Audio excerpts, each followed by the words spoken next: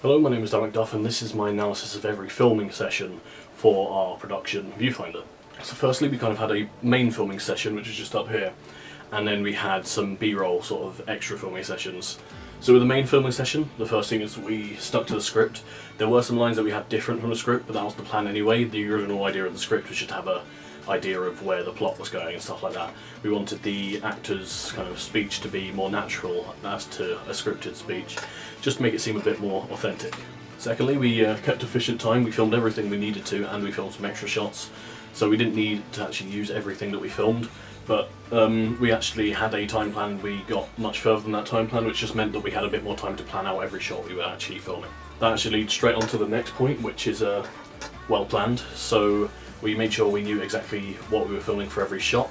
This meant in post-production that there wasn't actually a lot of adjustments that we needed to make. It actually kind of conveniently started to rain on the day, just when we needed it to. So basically we went to film onto the kidnapping scene, and at that exact time it started to rain, which was really good for pathetic fallacy for our film.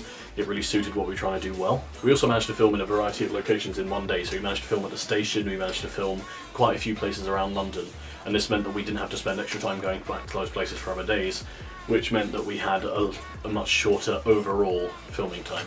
The last thing is that what we tried to do is, as I say with what I said earlier, we tried to keep the actors saying what they wanted to say, but then there was also the idea of Lewis kind of trying to film them as much as possible kind of naturally, so that we kind of get their authentic reactions to stuff. So for the downsides of the main filming session, firstly there were a few unsteady shots. So basically we know that there's, in the specification, it shows that you have to show use of tripod shots, and that is something that we did not do a lot in this filming session. That's because we're in the middle of London, and I believe there is some sort of law about filming with a tripod in London or something like that. I don't know exactly what it is, but other than that, it was more, we were doing a vlog, so we didn't want too many tripod shots. So a lot of it was filmed with GorillaPod, just holding it up and filming from there, and that way we got the authentic vlogging look, but at the same time we didn't get enough tripod shots. There was also a little bit of colour inconsistency between the shots. That is to be expected, as this is we were filming in many different locations, which meant different weather and different times all throughout the day, and this did mean that a little bit of colour work did need to go into it. Not every shot is perfectly colour graded, or could be perfectly colour graded to our ability due to what the levels were like on the colour, but it did also show progression in time of day. However, it did just mean that there was some colour inconsistency. Also, just a small thing, there was some obvious acting in some shots. That does kind of go against what I'm saying with the authentic, but there was a mix of both. There were some shots where the acting was very obvious, however there were also some shots where we did have some authentic, so it kind of balances out a little bit.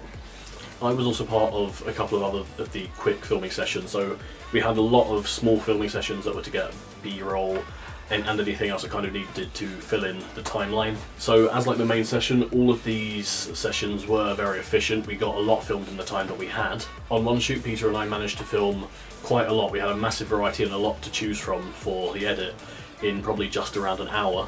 And also, once again, just like this, everything that we filmed was well planned. So for example, in the shots where Lewis was getting me as the antagonist, he made sure he got the camera angles and the writing light, which meant it would be easy to edit and colour grade in post-production.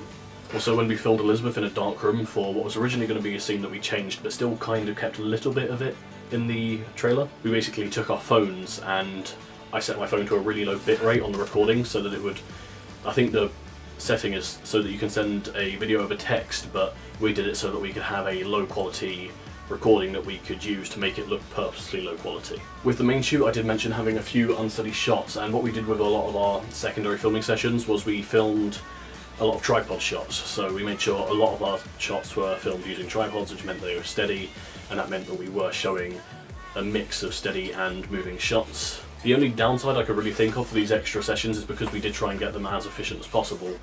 It's kind of that there was a lot of unnecessary stuff filmed, so if we'd been a little bit more careful in what we picked to film, it would have saved time and resources.